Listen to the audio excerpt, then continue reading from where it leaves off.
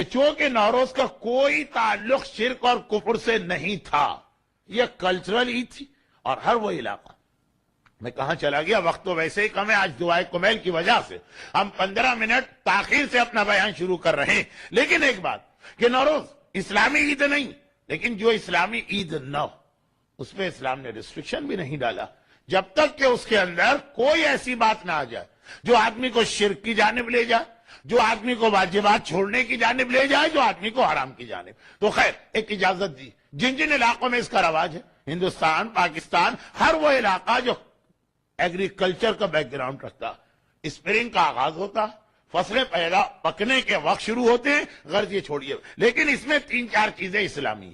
Number 1 Nowruz کا غسل، number 2 Nowruz کی نماز، نمبر 3 نوروز کا روزہ، اور سب سے اہم نوروز کی دعا۔ دعا کا مطلب یہ ہے کہ جو ایگزیکٹ ٹائم دعا کا بتایا جاتا، دعا کے اندر بھی ایگزیکٹ ٹائم کی بڑی ویلیو ہے۔ شب قدر، سورج ڈوبا اور اگلی دن فجر کی اذان تک شب قدر ہے، اگر آپ سو کر 10 منٹ بعد اٹھے اور پھر آپ نے دعا مانگی وہ بینیفٹ نہیں ملے گا۔ نوروز کا ایک وقت ہوتا ہے، وقت تحویل، اور یہ وہ وقت ہے کہ جب یہ ساری دنیا کا نظام چینج ہو رہا ہوتا۔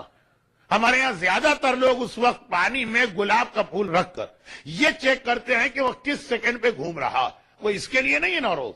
نوروز اس لیے کہ جب ایگزیکٹ وہ ٹائم آ رہا ہے تو اس وقت انسان کی زبان پہ جو دعا ہوگی اللہ اس دعا کو فوراً قبول کرتا ہے۔ اسپیشلی اگر وہ دعا کنورژن یا چینج کے بارے میں ہو، دعا کا ترجمہ بھی یہی، یا مدبر القلوب، یا مقلب القلوب والابصار، یا مدبر اللیل والنہار، یا محول الحال والاحوال، احسن حالی لا احسن الحال، حول حالی لا احسن الحال۔ اے دلوں اور آنکھوں کو بدلنے والے، اے دن اور رات کے نظام کو قائم کرنے والے، اے لوگوں کی حالت کو چینج کرنے والے، اس وقت، اس سیکنڈ بھی شاید بڑا لفظ ہو، تو مائکرو سیکنڈ اور کہاں تک لوگ پہنچ گئے، اس وقت حول حالی الى احسن الحال، میری حالت کو بہترین حالت میں بدل۔ اس ٹائم پر اگر یہ دعا آپ نے مانگی اور آپ کے ذہن میں یہ ہے کہ حالت بدلنے سے آپ کی کیا مراد، فوراً وہ کلک ہوگی اور دعا قبول ہوگی۔ بیمار ہے اس کو صحت چاہیے، بے روزگار ہے اسے کوئی اچھا روزگار یا جاب والا ہے لیکن اس سے بہتر جاب چاہیے، اسٹوڈنٹ ہے اسے امتحان میں کامیابی چاہیے، کوئی بغیر ویزے والا ہے اس کو مثلا ویزا یا رائٹ چاہیے۔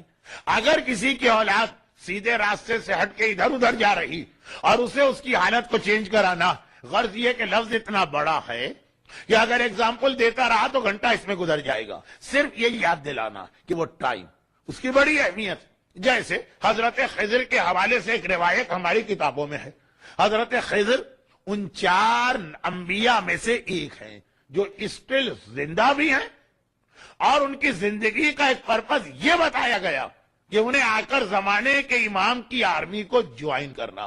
تو ہمارا اور حضرت خضر کا ایک بڑا گہرا ریلیشن ہے، ہم اور حضرت خضر ایک ہی آرمی کا پارٹ بننے والے ہیں، وہ اب تک زندہ ہے حضرت خضر۔ لیکن حضرت خضر کی ولادت کے حوالے سے یہی پیغام بہت ڈیٹیل سے آیا، لیکن میں اس کو بہت مختصر کر رہا ہوں، اور وہ یہ کہ حضرت خضر کے والد اپنے زمانے کے ایک بہت بڑے اسٹرالوجر کہیے، نجومی کہیے، جوتشی کا لفظ اگرچہ برا تو نہیں ہے لیکن ہندی زبان کا لفظ ہے تو اچھا بھی نہیں ہے، غرض یہ کہ ستاروں کے علم کی مدد سے غیب کی بہت سی باتیں جانتے تھے۔ اب یہاں پہ چھوٹا سا جملہ میں کہہ دوں اس لیے کہ میرے پاس ٹائم نہیں ہے، آج وہ حالت نہیں ہے جو کل ہے، اس لیے میں 45 اور 50 منٹ کے بیچ میں تقریر کروں گا، اور وہ یہ چھوٹا سا جملہ کبھی موقع ملا تو اس کی وضاحت۔ امام فرماتے ہیں کہ پہلے پروردگار نے ستاروں کا علم، سٹارز، یہ جو ہے نا بالکل ایک پرفیکٹ علم بنا کے دنیا والوں کو دیا، ڈیو ٹو دا دعا آف حضرت موسیٰ، اللہ نے یہ علم جو تھا واپس لیا۔ اب اتنا اب پرفیکٹ نہیں ہے، اب 50-50۔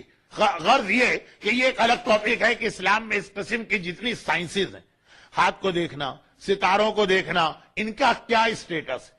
حضرت آیت اللہ سیستانی کی ایک ایسی بک جو خاص آپ کے لیے لکھی گئی، باقی تو جتنی بک ہیں وہ سارے مومنوں کے لیے ہوتی، لیکن یہ بک تو خاص آپ کے لیے لکھی گئی، A Code of Practice for Muslims in the West، اس کا لاسٹ چیپٹر جس میں مسکیلینس مسائل ہیں، اس میں یہ سارے مسائل، وائٹ میجک، بلیک میجک، روحوں کو پکڑنا، جنوں کو اپنا دوست بنانا، یہ ہاتھ کی لکیریں، یہ ستاروں کا علم، غرض یہ کہ اس کو پڑھ لیجئے گا. آج میرے پاس ٹائم نہیں ہے، اگر کہ یہ آج کے ماحول میں ایک انٹرسٹنگ بحث ہے، لیکن ٹائم. حضرت خضر کے والد اس زمانے میں تھے کہ جب ستاروں کے علم میں اسٹل پرفیکشن باقی تھا. چنانچہ اور وہ 24 گھنٹے میں سے 18 گھنٹے اسی کام میں لگے رہتے تھے. آدمی کو جس چیز کا شوق ہو جائے پھر اس کے بعد کھانا پینا آرام سب چھوڑ دیتا. غرض یہ بھی ایک قسم کی سائنس ہے. جیسے سائنٹسٹ ریسرچ کرتے تو ان کو پتہ ہی نہیں چلتا کہ ہم نے کھانا کھایا بھی ہے کہ نہیں کھایا.